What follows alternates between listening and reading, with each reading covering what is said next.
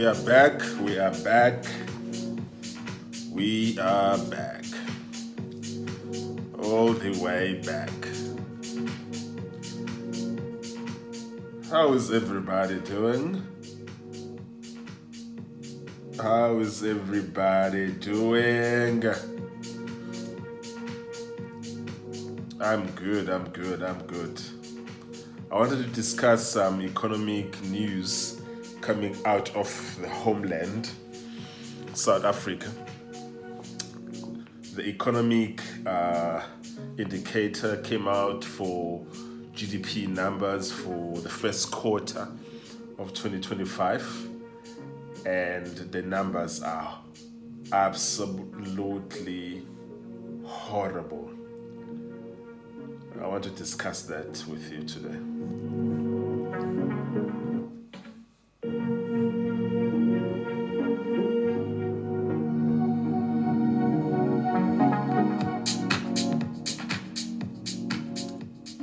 So, what's going on? The GDP numbers came out for the first quarter of 2025. As you all know, that economic indicators are often delayed, but in South Africa they are a lot more delayed than in the United States, because we're only getting the first quarter numbers today or yesterday, while the US first quarter numbers were actually released, if I'm not mistaken, they were released in end of April. So which means for the US it takes them 1 month to be able to report on those numbers, but in South Africa it takes them actually after three months actually before they're able to report on those numbers. But the numbers are out. They're bad. They're absolutely horrible.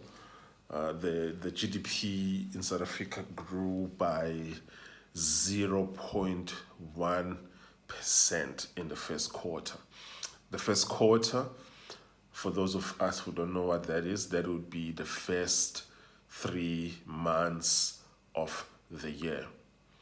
The GDP growth was 0.1%. And no matter how you look at those numbers are absolutely appalling.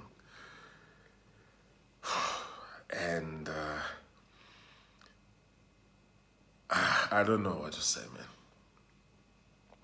I don't know what to say, because it doesn't seem as if anything is going to change anytime soon. It doesn't seem that any one of these morons in government know anything about anything. And that includes the Democratic Alliance, by the way. They are also a clueless bunch who has no idea what time it is. What South Africa needs right now, actually, is a year-to-year growth of anything between, just say, on the low end of 3%, and maybe what we really need is around 5 to 6% growth. If South Africa could get 5 to 6% growth consistently for the next 10 years, we can make a serious dent in our unemployment problem.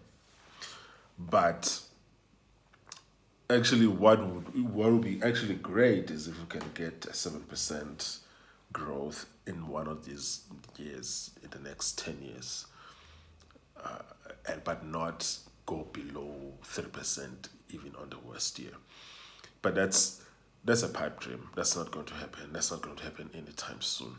None of these people know what's going on. None of these people know what time it is. None of these people know what has to happen.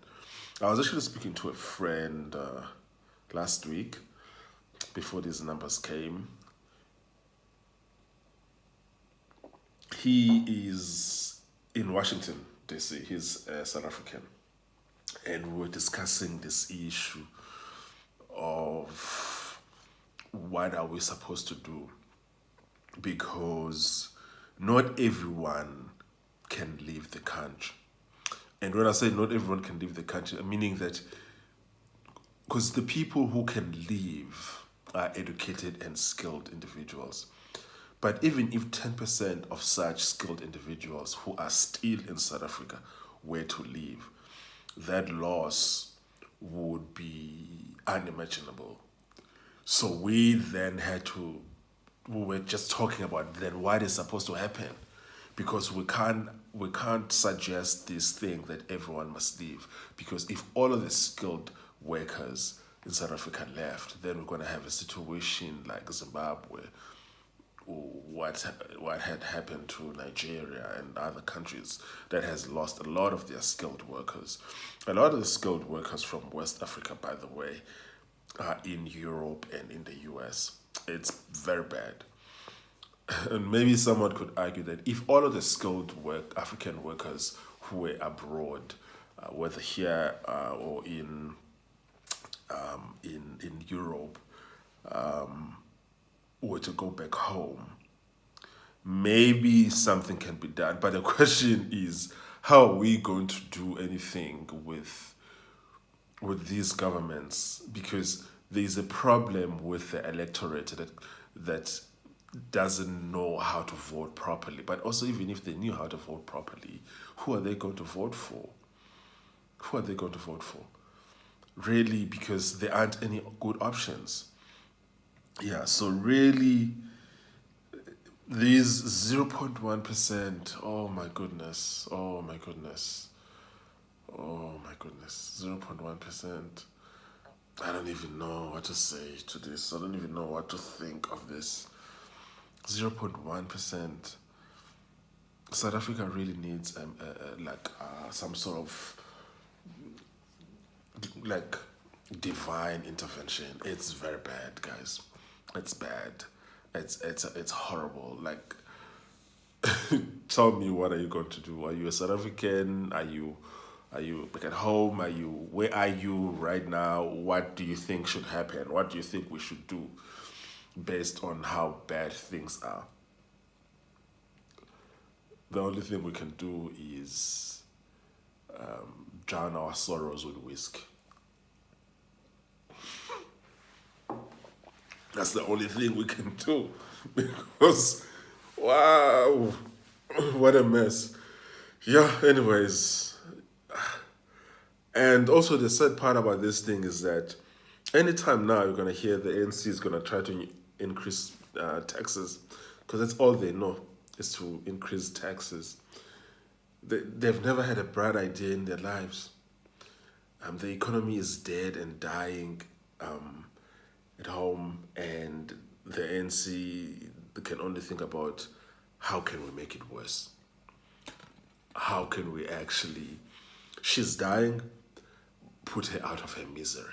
I think that's really how their thinking goes in terms of what they end up doing.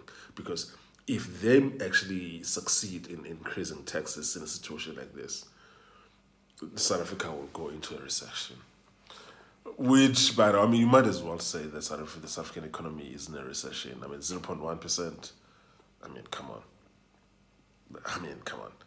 And I'm pretty sure that 0.1% is actually, what do you call it? It's they adjusted it upwards. I'm very much confident that's what they did. Anyways, guys, see you on the next one. I don't know what to say.